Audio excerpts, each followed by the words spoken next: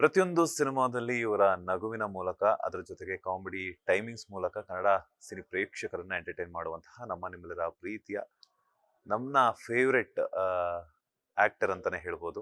ರಘುರಾಮನ್ ಕುಪ್ಪ sir ಇವತ್ತು ನಮ್ಮ boss TV ಜೊತೆ ಮಾತುಕತೆಗೆ ಸಿಕ್ಕಿದ್ದಾರೆ. ಯಾವಾಗ ಮಾತನಾಡಿಸಿದ್ರು ಕೂಡ ಅವರ ಸ್ಮೈಲ್ ಪ್ರತಿಯೊಬ್ಬರ ಮನಸ್ಸನ್ನ ಗೆಲ್ಸತ್ತೆ.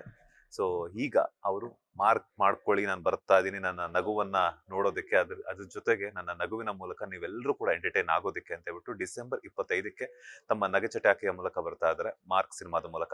ಸರ್ ಮೊದಲದಾಗಿ ನಮಸ್ತೆ, ಹೇಗಿದ್ದೀರಾ? ನಮಸ್ತೆ ಮಂಜು ಸರ್, ಚೆನ್ನಾಗಿದ್ದೀನಿ. ನಾನು ಇಂಟ್ರಡಕ್ಷನ್ ಕೊಟ್ಟೆ, ಆ ಸ್ಮೈಲ್ ಬಂತು ಸರ್. ಹಂಗೆ ನೀವು ಚೆನ್ನಾಗಿದ್ದೀರಾ ಸರ್? ನಾನು ಸೂಪರ್ ಆಗಿದ್ದೇನೆ ಸರ್. ಹೇಗ್ ನಡೀತಿದೆ ಮಾರ್ಕ್ ಅಬ್ಬರ? ಗೊತ್ತಾಗ್ತಿದೆ ನಿಮಗೇನೆ. ಇನ್ನೇನು ಹತ್ತತ್ರ 10 ದಿನ ಇದೆ. ಡಿಸೆಂಬರ್ 25 ಮಾರ್ಕ್ ಅಬ್ಬರ ಜೋರಾಗಿದೆ. ಸುದೀಪ್ ಸರ್ ಸಿನಿಮಾ ಅಂದಮೇಲೆ ಅದು ವಿಶೇಷವಾಗಿ ಗರ್ಜಿಸುತ್ತೆ. ಜನನೂ ಕೂಡ ಕುತೂಹಲದಿಂದ ಕಾಯ್ತಿದ್ದಾರೆ. ಇಷ್ಟು ದೊಡ್ಡ ಸಿನಿಮಾ, ದೊಡ್ಡ ಕ್ಯಾನ್ವಾಸ್ ಇರುವಂಥದ್ದು, ಅದರಲ್ಲೂ ವಿಶೇಷವಾಗಿ ತಮಿಳ್ ಇಂಡಸ್ಟ್ರಿಯಲ್ಲಿ ದೊಡ್ಡ ಹೆಸರು ಮಾಡಿರುವ ಸತ್ಯಜ್ಯೋತಿ ಸಿನಿಮಾದವರು ಇದಕ್ಕೆ ಇನ್ವೆಸ್ಟರ್ಸ್. ಹಾಗಾಗಿ ಎಲ್ಲೂ ಕೂಡ ಕಾಂಪ್ರಮೈಸ್ ಆಗದೆ ಬರೀ 5.5 ತಿಂಗಳಲ್ಲಿ ಸಿನಿಮಾ ಮುಗಿಸಿ ಬಂದಿದ್ದಾರೆ. ಒಂದು ಬೆಂಚ್ ಮಾರ್ಕ್ ಅನ್ಸುತ್ತೆ ಕನ್ನಡ ಚಿತ್ರರಂಗದ ಇತಿಹಾಸಕ್ಕೆ. ಅಂದರೆ ಇಷ್ಟು ಬೇಗ ಇಷ್ಟು ದೊಡ್ಡ ಸಿನಿಮಾ ಮುಗಿಸಿರುವಂಥದ್ದು. ಹಾಗಾಗಿ ಎಲ್ಲರೂ ಕುತೂಹಲದಿಂದ ಕಾಯ್ತಾ ಇದ್ದಾರೆ. ಪ್ರತಿಯೊಂದು ಸಿನಿಮಾದಲ್ಲೂ ಕಾಮಿಡಿ ಆಗಿರ್ಬೋದು, ಪೋಷಕ ಪಾತ್ರಗಳಾಗಿರ್ಬೋದು ನಟಿಸ್ತೀರಾ. ಬಟ್ ಮಾರ್ಕ್ ಸಿನಿಮಾದಲ್ಲಿ ಆ ಹಿಂದಿನ ಪಾತ್ರಗಳಿಗೆ ಕಂಪೇರ್ ಮಾಡಿಕೊಂಡ್ರೆ ನಿಮ್ಮ ಪಾತ್ರ ಯಾವ ರೀತಿ ವಿಭಿನ್ನವಾಗಿದೆ ಅಂತ? ನಾನು ಯೋಗಿ ಅನ್ನೋ ಕ್ಯಾರೆಕ್ಟ್ರು. ಇದೊಂದು SIT ಟೀಮ್ ಬರುತ್ತೆ ಕಥೆಯಲ್ಲಿ. ಆ ಟೀಮಲ್ಲಿ ಒಬ್ಬ ಮೆಂಬರ್ ನಾನು. ಬಟ್ ಕಾಮಿಡಿ ಅನ್ನೋದು ಒಂದು ಪೈಸಾ ಇಲ್ಲ. ಇಲ್ಲ, ವೆರಿ ಸೀರಿಯಸ್, ನೆಗೆಟಿವ್ ಶೇಡ್ ಇರುವಂಥದ್ದು. ಈಗೂ ಆಕ್ಟ್ ಮಾಡ್ತೀರಾ ಅಂತ ಹೇಳ್ಬಿಟ್ಟು ಮಾರ್ಕ್ ಸಿನಿಮಾದಲ್ಲಿ ನಿಮ್ಮನ್ನ ಬೇರೆ ವಿಭಿನ್ನ ಪಾತ್ರದಲ್ಲಿ ಕಾಣಿಸ್ಕೋಬಹುದು ಅಂತ, ನಾವು ನೋಡಬಹುದು ಅಂತ ನನಗೆ ಅಂದಾಜು ಇರಲಿಲ್ಲ. ಅಂದರೆ ಇಷ್ಟು ಬೇಗ ಇಷ್ಟು ದೊಡ್ಡ ಸಿನಿಮಾ, ಸುದೀಪ್ ಸಾರಿ ಅಂತ ಸಿನಿಮಾ, ಒಂದು ನೆಗೆಟಿವ್ ಕ್ಯಾರೆಕ್ಟ್ರು ನನಗೆ ಕೊಡ್ತಾರೆ ಅನ್ನೋದು ನನಗೆ ಖಂಡಿತ ನಂಬಿಕೆ ಇರಲಿಲ್ಲ, ಭರವಸೆನೂ ಇರಲಿಲ್ಲ. ಕಾಲ್ ಬಂತು, ಮ್ಯಾನೇಜರ್ ಬಾಬಣ್ಣ ಅವರು ಫೋನ್ ಮಾಡಿದ್ರು, ಬನ್ನಿ ಅಂದರು. ಡೈರೆಕ್ಟರ್ ಸರ್ ಕತೆ ಹೇಳಿದ್ರು, ಸರ್ ಈ ಥರ ಇರುತ್ತೆ, ಒಂದು 40 ದಿನ ಶೂಟಿಂಗ್ ಬರುತ್ತೆ, ಎಲ್ಲ ತೂತುಕುಡಿ ಪಾಂಡಿಚೇರಿಲಿರುತ್ತೆ, ಬೆಂಗಳೂರಲ್ಲಿ ಒಂದು ಸ್ವಲ್ಪ ದಿನ. ತುಂಬ ನನಗೆ ಸರ್ಪ್ರೈಸ್ ಆಗೋಯ್ತು. ಓ, ಈ ಥರ ನನ್ನನ್ನು ಒಂದು ಪಾತ್ರಕ್ಕೆ ಸೆಲೆಕ್ಟ್ ಮಾಡುವಾಗ ಅವ್ರದ್ದು ಏನಿರ್ಬೋದು ತಲೆಯಲ್ಲಿ? ಅಂದರೆ ಆ ಪಾತ್ರಕ್ಕೆ ಏನಾದ್ರು ತಿರುವುಗಳಿದೆಯಾ, ಅಥವಾ ಬರೀ ನೆಗೆಟಿವ್ ಕೊಡೋದಕ್ಕೆ ಚಾನ್ಸೇ ಇಲ್ಲ. ನೆಗೆಟಿವ್ ಶೇಡ್ ಇರುವಂಥದ್ದು, ಕೈಯಲ್ಲಿ ಗನ್ ಇದೆ, ಈ ಥರ ಪಾತ್ರ ನನಗೆ ಸೂಟ್ ಆಗುತ್ತಾ ನನಗೆ ಡೌಟ್ ಆಗೋಯ್ತು. ಬಟ್ ಕತೆ ಕೇಳ್ತಾ ಕೇಳ್ತಾ ಆ ಕತೆಗೆ ಒಂದು ಆರ್ಕ್ ಇದೆ. ಹೋಗ್ತಾ ಹೋಗ್ತಾ ಎಲ್ಲೋ ಒಂದು ಕಡೆ ಟ್ವಿಸ್ಟ್ ಇದೆ. ಆ ಪ್ರೀ ಕ್ಲೈಮ್ಯಾಕ್ಸಲ್ಲಿ ಕಥೆಯಲ್ಲಿ ಒಂದು ಆ ಟ್ವಿಸ್ಟ್ ನೀವು ತೆರೆ ಮೇಲೆ ನೋಡಬೇಕು. ಸೊ ಈ ಪಾತ್ರನ ನನಗೆ ಕೊಟ್ಟಿದ್ದಾರೆ ಅಂದರೆ ಅದರಲ್ಲಿ ಏನೋ ಒಂದು ವಿಶೇಷತೆ ಇದೆ. ವಿಶೇಷತೆ ಅಂತಲ್ಲ, ಇವನ ಹತ್ರ ಮಾಡಿಸ್ಬೋದು ಅನ್ನೋ ಭರವಸೆ ಅವರಿಗಿದೆ ಅಂತ ಕೊಟ್ಟರು ಅನಿಸುತ್ತೆ. ಅದನ್ನು ಇವರೆಲ್ಲರ ಸಹಾಯದಿಂದ ನಾನು ಸಮರ್ಥವಾಗಿ ನಿರ್ವಹಿಸಿದ್ದೀನಿ ಆ ಪಾತ್ರನ ಅಂದ್ಕೊಂಡಿದ್ದೀನಿ. ಸರ್, ಈಗ SIT ಅಲ್ಲಿ ನೀವು ಕೂಡ ಇರ್ತೀರಾ, ಅದರಲ್ಲೂ ನೆಗೆಟಿವ್ ಶೇಡಲ್ಲಿ ಕಾಣಿಸ್ಕೊಳ್ತೀರಾ ಅಂತ ಹೇಳ್ತಿದ್ದೀರಾ. ಸೊ ರಿಯಲ್ ಲೈಫಲ್ಲಿ ಏನಾದರೂ SIT ಅಲ್ಲಿ ನೀವು ಇದ್ದಿದ್ರೆ ಯಾವ ವಿಚಾರವನ್ನ ಇಟ್ಕೊಂಡು ಕರ್ನಾಟಕದಲ್ಲಿ ಆಗಿರ್ಬೋದು ಅಥವಾ ಬೇರೆ ಕಡೆ ತನಿಖೆ ಮಾಡ್ತಿದ್ರಿ ಅಂತ? ಇವತ್ತು SIT ಅವರಿಗೆ ಸಾಕಷ್ಟು ವಿಚಾರಗಳು ಸಿಗತ್ತೆ ಕರ್ನಾಟಕದಲ್ಲಿ. ಅದನ್ನೆಲ್ಲ ನಾವು ಈ ಮೂಲಕ ಎಕ್ಸ್ಪೋಸ್ ಮಾಡೋದಕ್ಕೆ ಇಷ್ಟಪಡೋದಿಲ್ಲ. ಬಟ್ ಸಾಕಷ್ಟಿದೆ ಒಂದ್ಸಲಿ. SIT ಅಂದ ತಕ್ಷಣ ಅವ್ರಿಗೆ ಇವತ್ತು ಸಾಕಷ್ಟು ಸರಕು ಸಿಗತ್ತೆ ಕಂಡುಹಿಡಿಯೋದಕ್ಕೆ, ಅಥವಾ ಅದನ್ನು ವಿಚಾರಗಳನ್ನು ಬಿಚ್ಚಿಡೋದಕ್ಕೆ. ಆ್ಯಸ್ ಎ ಹ್ಯೂಮನ್ ಬೀಯಿಂಗ್ ನಮ್ಮ ಇವತ್ತಿನ ಅನೇಕ ಸಮಸ್ಯೆಗಳನ್ನು ಅಥವಾ ಪ್ರಕರಣಗಳನ್ನು SIT ಮೂಲಕ ತನಿಖೆಗೆ ಒಳಪಡಿಸುವಂಥದ್ದು ಇದ್ದಾವೆ. ಅದು ಈ ಸಂದರ್ಭದಲ್ಲಿ ನಾನು ಹೇಳೋದಕ್ಕೆ ಇಷ್ಟಪಡೋದಿಲ್ಲ. ಓಕೆ. ಈಗ 40 ಡೇಸ್ ಶೂಟಿಂಗ್ ಅಂತ ಹೇಳಿದ್ರಿ. ಒಂದ್ ಕಡೆ ಒಂದಷ್ಟು ಸೀನ್‌ಗಳನ್ನ ಚೆನ್ನೈಯಲ್ಲಾಗಿರ್ಬೋದು, ತೂತುಕುಡಿ ಆಗಿರ್ಬೋದು, ಇನ್ನೊಂದಷ್ಟು ಸೀನ್‌ಗಳನ್ನ ಬೆಂಗಳೂರಲ್ಲಿ. ಕಿಚ್ಚ ಸುದೀಪ್ ಅವರು ಹಾಗೇನೆ ನಿಮ್ಮ ಇಬ್ರನ್ನ ಕೂಡ ಒಟ್ಟಿಗೆ ಒಂದಷ್ಟು ಕಾಂಬಿನೇಷನ್ ಸೀನ್ಸ್ ಏನಾದ್ರು ಎಕ್ಸ್‌ಪೆಕ್ಟ್ ಮಾಡಬಹುದಾ ಅಂತ? ಟೋಟಲ್ ಒಂದು 40 ದಿನ ಮಾಡಿದ್ದೀವಿ ಶೂಟಿಂಗು. ಅದರಲ್ಲಿ ಸುದೀಪ್ ಸರ್ ಜೊತೆನೇ ಒಂದು 20, 25 ದಿನ ಹೋಗಿದ್ದೀನಿ. ಸ್ಕ್ರೀನ್ ಶೇರ್ ಮಾಡಿರುವಂಥದ್ದು. ಒಂದು 2, 3 ಫೈಟ್ಸಲ್ಲಿದ್ದೀವಿ. ಹೌದು. ಅಂದರೆ ಇವನೇನು ಫೈಟ್ ಮಾಡ್ತಾನೆ ಅಂತ ಅನ್ಸುತ್ತೆ. ಬಟ್ ಅದು ಮಾಡಿಸಿದ್ದಾರೆ. ಹೆಂಗೋ ಮಾಡಿದ್ದೀವಿ. ಗನ್ ಹಿಡ್ಕೊಂಡೇ ಫೈಟ್ ಮಾಡಿದ್ದೀವಿ. ಆ ಥರದ್ದು ಆ, ಸುದೀಪ್ ಸರ್ ಜೊತೆ ಆ ವ್ಯಕ್ತಿನ ನೋಡಿದ ತಕ್ಷಣನೇ ನಮಗೆ ಇಷ್ಟು 6 ಅಡಿ ಪರ್ಸ್ನಾಲಿಟಿ, ನಾವೆಲ್ಲೋ ಚಿಕ್ಕದಾಗಿ ಕಾಣಿಸ್ಕೊಳ್ಳೋದು, ಮ್ಯಾಚೇ ಆಗ್ತಿರ್ಲಿಲ್ಲ ಸೆಟ್ಟಲ್ಲಿ. ಮಾತೆತ್ತಿದ್ರೆ ನಮಗೆ ಈ ಸ್ಟೂಲ್ ಹಾಕು ಅನ್ನೋರು, ಹೈಟು ಮ್ಯಾನೇಜ್ ಮಾಡೋದು, ಈ ಥರದ್ದೆಲ್ಲ ಒಂದಷ್ಟು ನಡೀತಾ ಇತ್ತು. ಆದರೆ ಅವರು ಸರ್ರು ಒಂದು ಕ್ಷಣ ಕೂಡ ಸೆಟ್ಟಿಗೆ ಬಂದರೆ ಹಿಂಗೆ ತಪ್ಕೊಳ್ಳೋದು, ಮಾತಾಡ್ಸೋದು, ಶೇಕ್ ಹ್ಯಾಂಡ್ ಮಾಡೋದು, ಟೀ ಕುಡಿದ್ರಾ, ತಿಂಡಿ ತಿಂದ್ರಾ, ಅಂದರೆ ಅವ್ರಿಗೆ ಗೊತ್ತಾಗ್ತಾ ಇತ್ತು ಇವನೇನೋ ನಾನಂತಲ್ಲ, ನನ್ನ ಜೊತೆ ಸುಮಾರು ಜನ ಇದ್ರು. ಇವರೆಲ್ಲ ನಾನೀಗ ಮಾತಾಡ್ಸಿಲ್ಲ ಅಂದರೆ ಸೀರಿಯಸ್ ಆಗಿದ್ದರೆ ಹೆದರ್ಕೊಂಡ್ಬಿಡ್ತಾರೆ. ಹೆದರ್ಕೋತಾರಕ್ಕಿಂತ ಈಸಿ ಮಾಡೋರು ಆ ಸಿಚುವೇಶನ್ನ, ಕಂಫರ್ಟ್ ಮಾಡಿಬಿಡೋರು ನಮಗೆ ಅಭಿನಯಿಸೋದಕ್ಕೆ ಅಥವಾ ಫೈಟಿಗೆ ಇನ್ನೊಂದಕ್ಕೆ. ಸೊ ಮೊದಲೇ ಒಂದಷ್ಟು ನಮ್ಮ ಹತ್ರ ಮಾತಾಡಿಸಿ ಆ ಜೆಲ್ ಆಗಿಬಿಡೋರು. ಅವಾಗ ಏನಾಗೋದು, ಇಷ್ಟು ಕ್ಲೋಸ್ ಇದ್ದಾರಲ್ಲ ಸಾರು, ಈಸಿ ಆಗ್ತಿದೆ ನಮಗೆ, ಆ ಭಯನೇ ಹೊರಟೋಯ್ತು, ಖುಷಿ ಆಗ್ತಿದೆ ಅಂತ. ಅವ್ರಿಗೂ ಗೊತ್ತಾಗೋದು ಅದನ್ನು. ಆಮೇಲೆ ಸಣ್ಣ ಸಣ್ಣ ಟಿಪ್ಸ್ ಕೊಡೋರು, ಅಥವಾ ಫೈಟಲ್ಲಿ ಆಗಿರ್ಬೋದು, ಅಥವಾ ಅಭಿನಯಿಸುವಾಗಿರ್ಬೋದು, ಇದು ಇಷ್ಟೇ ಮಾಡಿ ಸಾಕು, ಇದು ಹಿಂಗಿರಲಿ, ಇದಿಷ್ಟ ಆಗಲಿ. ಈ ಲೆಂತ್ ಡೈಲಾಗ್ಗಳು ಹೇಳುವಾಗ ಕ್ಯಾರಿಕೇಚರ್ಸು, ನಂದೇನಾಗೋದು ಮುಖಭಾವನೆ ಸ್ವಲ್ಪ ಕಾಮಿಡಿಗೆ ಒಗ್ಗೊಂಬಿಟ್ಟು ಅದು ಹೀಗೆ ಹಾಗೆ ಹೀಗಾಗ್ಬಿಡತ್ತೆ ಮುಖ ಎಲ್ಲ, ಅದನ್ನೆಲ್ಲ ಅವ್ರು ಕಡಿಮೆ ಮಾಡಿಸಿ ಸಣ್ಣದಾಗಿ ಮಾಡಿಸ್ತಾಯಿದ್ರು. ಅಂದರೆ ₹1 ಆ್ಯಕ್ಟಿಂಗ್ ಮಾಡು ಅಂದರೆ ಮಾಡಬೇಕಾದ್ರೆ ಅವರು 4ನೇದು ಮಾಡು ಸಾಕು ಅನ್ನೋರು. ಅಂದರೆ ಅಷ್ಟು ಕಡಿಮೆ ಮಾಡಿಸಿ ಸುದೀಪ್ ಸಾರೇ ಹೇಳ್ತಿರ್ಲಿಲ್ಲ, ಡೈರೆಕ್ಟ್ರುಗಳೆಲ್ಲ ಬಂದು, ವಿಜಯ್ ಕಾರ್ತಿಕೇಯ ಸರ್ ಇರ್ಬೋದು, ಮಂಜು ಮೌರ್ಯ ಅಂತ ಡೈರೆಕ್ಟ್ರ್ ಇದ್ದರು, ಇವರೆಲ್ಲ ಆ ಪಾತ್ರನ ಚೆನ್ನಾಗಿ ಕಾಣುವಂತೆ, ಅದದ್ದು ಏನಿದೆ ಆ ಪಾತ್ರದ ಒಳ ಒಂದು ಗುಟ್ಟು, ಅದರದ್ದನ್ನು ಹೊರಗೆ ತರೋದಕ್ಕೆ ತುಂಬ ಸಹಾಯ ಮಾಡಿದ್ದಾರೆ. ಕಿಚ್ಚ ಸುದೀಪ್ ಅವರಿಂದ ಏನ್ ಕಲಿತ್ರಿ ನೀವು ಅಂತ? ಸರ್, ಯಾರೇ ಅವ್ರ ಸಿನಿಮಾದಲ್ಲಿ ಅಭಿನಯಿಸಿರಲಿ, ಯಾವುದೇ ನಟರು, ಫಸ್ಟ್ ಹೇಳೋದು ಅವ್ರ ಟೈಮ್ ಸೆನ್ಸ್. ಸರ್ 9 ಗಂಟೆ ಕಾಲ್ ಶೀಟ್ ಬೆಳಗ್ಗೆ ಅಂದರೆ 8:30ಗೆ ಬಂದಿರೋರು. ತುಂಬ ಜನ ಕಲ್ತ್ಕೋಬೇಕು ನಮ್ಮಂಥವ್ರು ಅದನ್ನು. ಎರಡನೇದು ಕಮಿಟ್ಮೆಂಟ್. ನೋಡಿ, ಅವ್ರಿಗೆ ತಲೆಯಲ್ಲಿತ್ತು ಮುಹೂರ್ತ ಆದಾಗಲೇ ಡಿಸೆಂಬರ್ 25 ಅಂತ. 5.5 ತಿಂಗಳಲ್ಲಿ ಅದನ್ನು ಹೇಗೆ ಮುಗಿಸ್ಬೇಕು ಅನ್ನೋ ಒಂದು ಸ್ಟ್ರಾಟಜಿ ಮಾಡ್ಕೊಂಬಿಟ್ರು ಅವರು ಕೂತ್ಕೊಂಡು. ಅದಕ್ಕೆ ಯಾರ್ಯಾರು ಹಿಡಿದ್ರೆ ಏನಾಗುತ್ತೆ, ಎಲ್ಲಿ ನಾನು ಒತ್ತು ಕೊಡಬೇಕು ಸಿನಿಮಾ ಕಂಪ್ಲೀಟ್ ಆಗೋಕ್ಕೆ, ನನ್ನ ಕಡೆಯಿಂದ ಏನು, ಅದನ್ನು ನಾವು ನೋಡ್ತಾ ಇದ್ವಿ ದಿನ. ಅವ್ರ ಕೆರವನಿಗೆ ಹೋಗಿ ಕೂತ್ಕೊಂಡು ಸುಮಾರು ಸಲ ನಮ್ಮ ಟೀಮ್ನ ಕರೆದಿದ್ದಾರೆ, ಮಾತಾಡಿದ್ದೀವಿ, ಊಟ ಮಾಡಿದ್ದೀವಿ, ಅಲ್ಲಿ ಅದನ್ನೆಲ್ಲ ಹಂಚ್ಕೋತಾ ಇದ್ರು. ಅಂದರೆ ನಾನು ಹೇಳೋದು ಕಮಿಟ್ಮೆಂಟ್ ಅಂದರೆ, ಈಗ ಶೂಟಿಂಗ್ ಆಗ್ತಿದೆ ಅಂದರೆ ಅದ್ರ ಹಿಂದೆನೇ ಅದು DI ವರ್ಕ್ ಇರ್ಬೋದು, BGM ಇರ್ಬೋದು, ಮ್ಯೂಸಿಕ್ ಇರ್ಬೋದು, ಇನ್ನು ಡಬ್ಬಿಂಗ್ ಇರ್ಬೋದು, ಪ್ಯಾರಲ್ ಆಗಿ ಎಲ್ಲ ಮಾಡಿಸೋಕ್ಕೆ ಏನೇನು ಬೇಕೋ ಅದು ಅಷ್ಟನ್ನು ಫೋನಲ್ಲಿ ಅವರು ಅಪ್ಡೇಟ್ ಮಾಡ್ಕೊಂಡು ಹೋಗ್ತಾಯಿದ್ರು. ಅಂದರೆ ಅವ್ರು ಯಾರ ಮೇಲೆ ಡಿಪೆಂಡ್ ಆಗಿರಲಿಲ್ಲ. ಈಗ ನೀವು ಡೈರೆಕ್ಟರ್ ಅಂದರೆ ನೀವು ಮಾಡ್ತಾನೆ ಬಿಡು, ಅವ್ನು ಮಾಡ್ತಾನೆ, ಮ್ಯಾನೇಜರ್ಗೆ ಅವ್ರಿಗೆ ಒಪ್ಸಿದ್ದೀವಿ, ನಾನು ಸುಮ್ಮನೆ ಇರೋದಲ್ಲ, ಪ್ರತಿಯೊಬ್ಬರನ್ನು ಫಾಲೋ ಅಪ್ ಮಾಡ್ತಾಯಿದ್ರು. ಇದು ಕಮಿಟ್ಮೆಂಟ್ ಅಂತ. ಅಂದರೆ ಅಷ್ಟು ಬದ್ಧತೆ ಇತ್ತು ಅವರಿಗೆ, ಈ ಸಿನಿಮಾ ಮುಗಿಸ್ಕೊಡ್ಬೇಕು ನಾನು, ನನ್ನ ಜವಾಬ್ದಾರಿ ಇದು, ನಾಳೆ ದಿನ ಯಾರನ್ನೂ ಬೈಕೊಳ್ಳಲ್ಲ, ನನ್ನ ಮೇಲೆ ಬರುತ್ತೆ ಇದು, ನಾನು ಒಪ್ಕೊಂಡಿರೋ ಅಂತ ಆ ಕಮಿಟ್ಮೆಂಟ್ ಇತ್ತಲ್ಲ, ಅದನ್ನು ಕಲ್ತ್ಕೊಂಡ್ವಿ ನಾವು. ನಾವು ಯಾವುದೇ ಒಂದು ಜವಾಬ್ದಾರಿ ಸರ್, ಈಗ ಮನೇಲಿ ಒಂದು ಮನೆ ಕಟ್ತಾ ಇದ್ದೀವಿ ಅಂದರೆ ಅದಕ್ಕೆ ಬೇಕಾದಂಥ ಫೈನಾನ್ಷಿಯಲ್ ಆಸ್ಪೆಕ್ಟ್ಸ್ ಇರ್ಬೋದು, ಇನ್ನು ಜಲ್ಲಿ ಮಣ್ಣಿಂದ ಹಿಡಿದು, ಅಂದರೆ ಅಷ್ಟು ಕಮಿಟ್ಮೆಂಟ್ ಅಲ್ವ. ಒಂದು ಮದುವೆ ಮಾಡ್ತೀವಿ ಅಂದ್ರೂ ಕಮಿಟ್ಮೆಂಟು. ನೀ ಕಮಿಟ್ಮೆಂಟ್ ಇಲ್ಲ ಅಂದರೆ ಅದು ಹಾಳಲ್ಲಿ. ಅದನ್ನು ಕಲ್ತ್ಕೊಂಡ್ವಿ ನಾವು. Time management, commitment. ಆಮೇಲೆ ಒಬ್ಬ ಸ್ಟಾರ್ ನಟ ಹೇಗಿರಬೇಕು ಅನ್ನೋದಕ್ಕೆ ರೋಲ್ ಮಾಡೆಲ್ ಅವರು. ನಮಗೆ ಹೊರಗಡೆಯಿಂದ ಸುದೀಪ್ ಸರ್ ನೋಡಿದ ತಕ್ಷಣ ಎಲ್ಲೋ ಒಂದು ಕಡೆ ತುಂಬ ಒರಟು ಅನಿಸ್ತಾರೆ ಅಥವಾ ಏನೋ ಮಾತಾಡ್ತಾರೇನೋ, ತುಂಬ ನಿಷ್ಠುರವಾಗಿ ಮಾತಾಡ್ತಾರೇನೋ ಅಂತ ಅನ್ಸತ್ತೆ.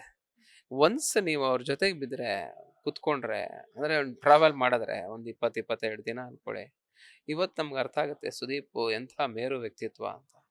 ಅಭಿನಯದಲ್ಲಂತೂ ಮೀರಿಸುವಂಗಿಲ್ಲ, ಅಭಿನಯ ಚಕ್ರವರ್ತಿ. ಇನ್ನು ಮಾತಲ್ಲಿರ್ಬೋದು, ಒಬ್ಬ ಈಗ ನೀವು ಮಂಜು ಸರ್ ನನ್ನನ್ನು ಯಾವುದೋ ಒಂದು ಪ್ರಶ್ನೆ ಕೇಳಿದ್ರೆ ಅದಕ್ಕೆ ಕೌಂಟ್ರ್ ಉತ್ತರ ಕೊಡೋದಕ್ಕೆ ನಾನು ಹೆಂಗೆ ಪ್ರಿಪೇರ್ ಆಗಬೇಕು, ಮೈಂಡ್ ಹೆಂಗೆ ರಪ್ಪ ಅಂತ ಆಚೆ ರೆಡಿ ಆಗಬೇಕು, ಅವ್ರನ್ನ ನೋಡಿ ಕಲ್ತ್ಕೋಬೇಕು.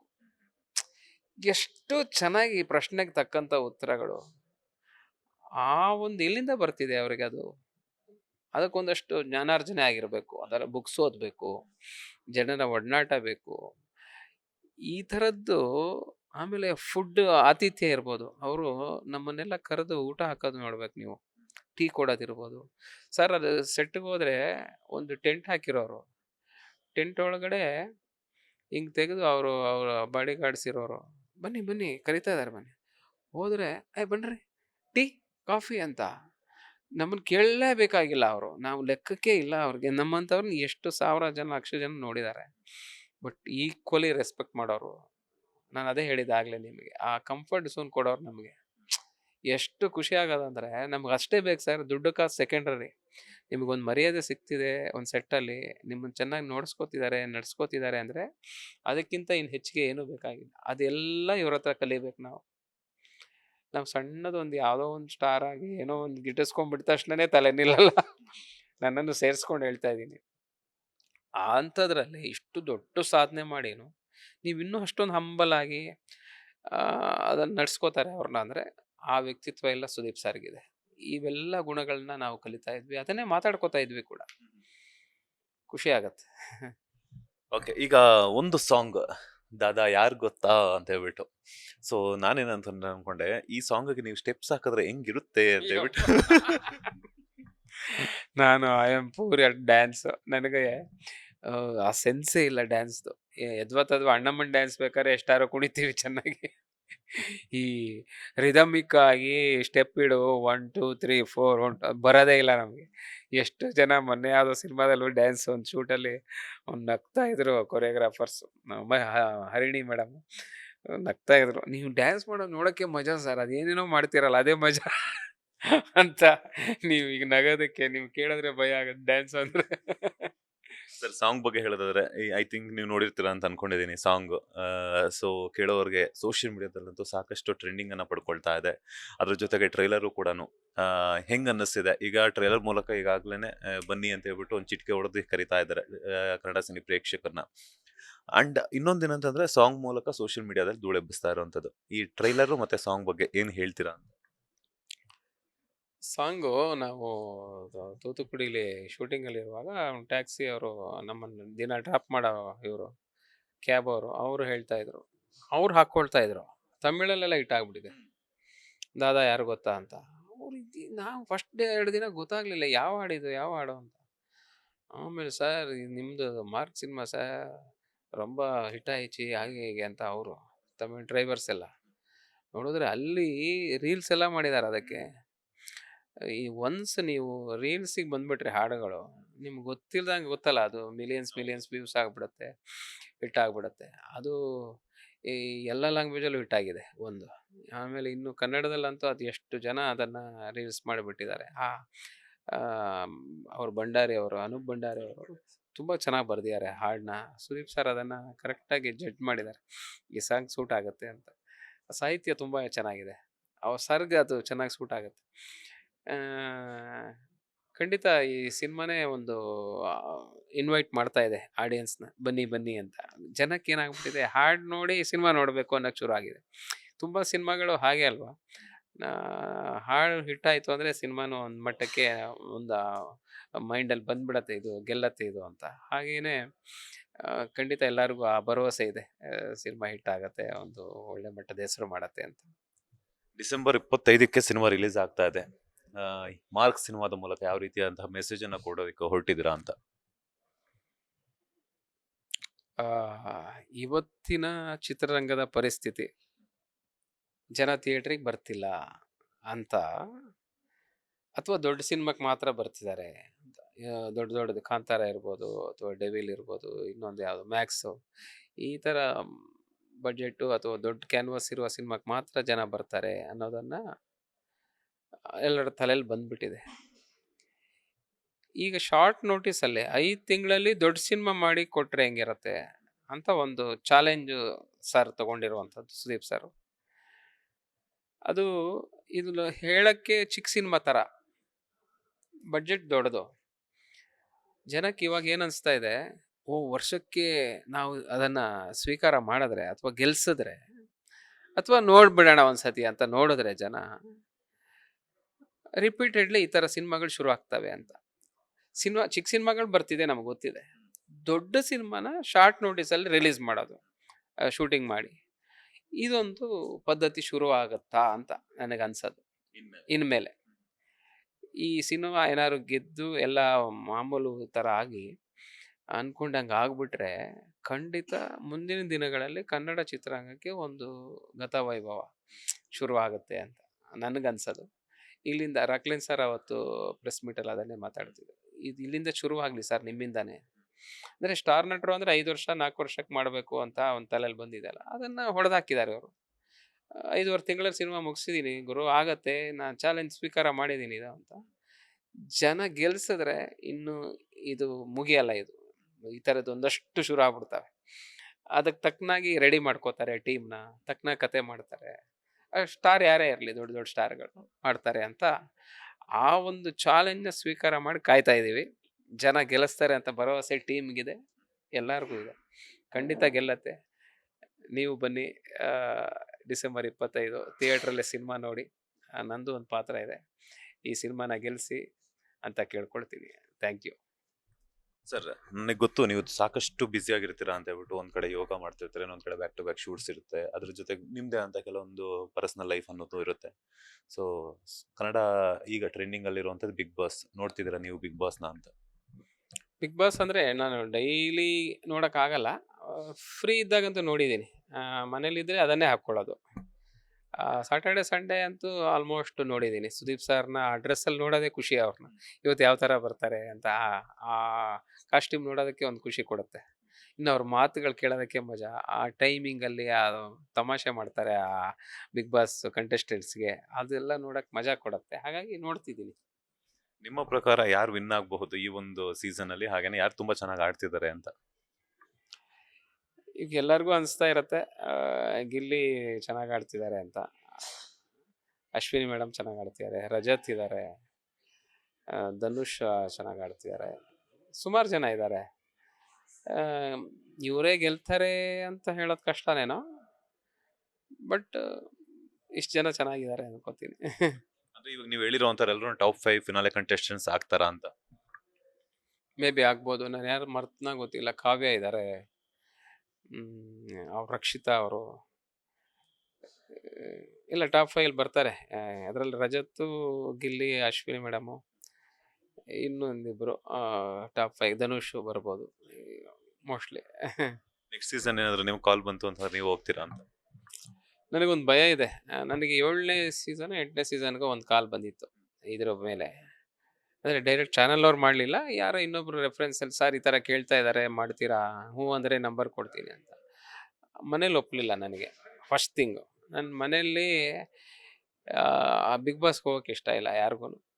3 ತಿಂಗಳು ಬಿಟ್ಟಿರಬೇಕು ಅನ್ನೋದೊಂದು. ನಮ್ಮ ತಾಯಿ ಇದ್ದಾರೆ ವಯಸ್ಸಾದವರು, ಅದೊಂದು ಭಯ. ಅವ್ರಿಗೊಂದು 85 ವರ್ಷ. ಇನ್ನು ನನ್ನ ಈ ಸಿನಿಮಾದ್ದು ಒಂದಷ್ಟು ಡೇಟ್ಸ್ಗಳಿರ್ತವೆ, ಅವೆಲ್ಲ ಹೆಂಗೋ ಮ್ಯಾನೇಜ್ ಮಾಡ್ತಾರೆ ಬಿಡಿ, ಅದು ಹೇಗೋ ಆಗ್ಬೋದು ಅಂದ್ಕೊಳ್ಳೋಣ. ಬಟ್ ಅದು ಹೊರತಾಗಿ ನನಗೆ ಆ ಟಾಸ್ಕ್ ಮಾಡೋಕ್ಕೆ ಒಂಚೂರು ಭಯ ಇದೆ. ಅಲ್ಲಿ ಆಟಗಳು ಆಡೋದು ಆಗಲಿ, ನನ್ನ ಕಾಲು ಒಂಚೂರು ಯಾವುದೋ ಒಂದು ಆಪ್ರೇಷನ್ ಆಗಿ ಸ್ವಲ್ಪ ಪೇಯ್ನ್ ಇದೆ, ಅದು ಹೊಡ್ತಾ ಬೀಳತ್ತೆ. ನಾನು ರೆಗ್ಯುಲರ್ ಆಗಿ ನಾನು 100% ಕೊಡೋಕ್ಕಾಗಲ್ವೇನೋ ಅಂತ. ಅದರ್ವೈಸ್ ಆ ನೋವಿಲ್ಲ ಅನ್ನಿದ್ರೆ ಕಾಲಿಂದು ನಾನು ಹೋಗ್ತಾ ಇದ್ದೆ ಅಂತ. ನನಗೆ ಅಲ್ಲಿ ಗೆಲ್ತೀನೋ ಆಡ್ತೀನೋ 100 ದಿನನೋ 50 ದಿನೋ ಎಷ್ಟು ದಿನ ಇರ್ತೀನೋ ಗೊತ್ತಿಲ್ಲ, ಬಟ್ ಇರೋ ತನಕ ಅಂತೂ ಕಂಟೆಂಟ್ ಕೊಡ್ತಾ ಇದ್ದೆ ಅಂತ, ಕೊಡಬಲ್ಲೆ ಅನ್ನೋ ಒಂದು ಭರವಸೆ. Thank you sir. ತುಂಬ ಖುಷಿ ಆಯಿತು, ಸಾಕಷ್ಟು ವಿಚಾರಗಳನ್ನು ಹಂಚ್ಕೊಂಡ್ರಿ. ಐ ಥಿಂಕ್ ಫಸ್ಟ್ ಟೈಮ್ ಅನಿಸುತ್ತೆ ಇದು ನೆಗೆಟಿವ್ ರೋಲಲ್ಲಿ ಕಾಣಿಸ್ಕೊಳ್ತಾ ಇರೋವಂಥದ್ದು. ಸೊ ಒಳ್ಳೇದಾಗಲಿ, ಇಷ್ಟು ದಿನ ನಿಮ್ಮ ಕಾಮಿಡಿ ಕಚಗುಳಿಯನ್ನು ನೋಡ್ತಿದ್ದಂಥವ್ರು ಇನ್ನು ಮುಂದೆ ವಿಲನಿಶ್ ಆಗಿ ಮತ್ತಷ್ಟು ಸಿನಿಮಾಗಳಲ್ಲಿ ಇದೇ ಥರದ ರೋಲ್ಗಳಲ್ಲಿ ಪವರ್ಫುಲ್ ಕ್ಯಾರೆಕ್ಟರ್ಗಳ ಸಿಗಲಿ, ನಿಮ್ಮ ಕೆರಿಯರಲ್ಲಿ ಮತ್ತಷ್ಟು ಅವಕಾಶಗಳು ಅರಸಿ ಬರಲಿ ಅಂತ ಹೇಳ್ಬಿಟ್ಟು ಕೇಳ್ಕೊಳ್ತಾ ಇದ್ದೀನಿ. ಒಳ್ಳೆಯದಾಗಲಿ, all the best. Thank you Manju sir. ನೀವು ಯಾವಾಗಲೂ ಸಪೋರ್ಟ್ ಮಾಡ್ತಿದ್ದೀರಿ ನನಗೆ, ನಮ್ಮಂಥ ನಟರಿಗೆ. ಬಾಸ್ ಟಿ ವಿ ಕಡೆಯಿಂದ ನೀವು ನಮ್ಮನ್ನು ಬೆಳೆಸೋದಕ್ಕೆ ಈ ಥರದೊಂದಷ್ಟು ಸಂದರ್ಶನಗಳು ಮಾಡ್ತಾ ನಮ್ಮ ಮಾತುಗಳನ್ನು ಜನರಿಗೆ ತಲುಪಿಸ್ತಾ ಅವರ ಕಮೆಂಟ್ಸ್ನ ಹಾಕ್ತಾ ನಮ್ಮನ್ನು ತಿದ್ದುತ್ತಾ ಹೋಗ್ತಾ ಇದ್ದೀರಿ. ತುಂಬ ಧನ್ಯವಾದ. ಹೀಗೆ ಜೊತೆಗೆ ಜರ್ನಿ ಸಾಗಲಿ ಇಬ್ಬರದ್ದು ಅಂತ ಕೇಳ್ಕೊಳ್ತೀನಿ. ಖಂಡಿತ ಸರ್, ಒಳ್ಳೆಯದಾಗಲಿ. Thank you sir. Thank you. ಇದಾಗಿತ್ತು ಮಾರ್ಕ್ ಸಿನಿಮಾದಲ್ಲಿ ಒಂದು ಪವರ್ಫುಲ್ ಕ್ಯಾರೆಕ್ಟರ್ನ ಮಾಡಿ SIT ಅನ್ನುವಂತಹ ಒಂದು ಟೀಮ್ ಮೂಲಕ ಡಿಸೆಂಬರ್ 25ರಂದು ಬೆಳ್ಳಿ ಪರದೆಯಲ್ಲಿ ಮಿಂಚೋದಕ್ಕೆ ಬರ್ತಾ ಇರುವಂತಹ ನಮ್ಮ ನಿಮ್ಮೆಲ್ಲರ ಪ್ರೀತಿಯ ರಘುರಾಮನ್ ಕೊಪ್ಪ ಸರ್ ಅವರ ಮಾತು. ಕ್ಯಾಮರಾ ಪರ್ಸನ್ ರಾಘವೇಂದ್ರ ಸ್ವಾಮಿ ಜೊತೆ Manjunath Srinivas, boss TV Kannada, Bengaluru. Latest ಹಾಗೂ ಇಂಟ್ರೆಸ್ಟಿಂಗ್ ಸುದ್ದಿಗಳಿಗಾಗಿ ಬಾಸ್ ಟಿವಿ ಕನ್ನಡ ಚಾನೆಲ್ನ ಸಬ್ಸ್ಕ್ರೈಬ್ ಮಾಡಿ. ಹಾಗೆಯೇ ಬೆಲ್ ಐಕಾನ್ ಪ್ರೆಸ್ ಮಾಡಿ. ಇದರ ಜೊತೆಗೆ ಫೇಸ್ಬುಕ್, ಇನ್ಸ್ಟಾಗ್ರಾಮ್, ಎಕ್ಸ್ನಲ್ಲೂ ಮಿಸ್ ಮಾಡದೆ ಫಾಲೋ ಮಾಡಿ.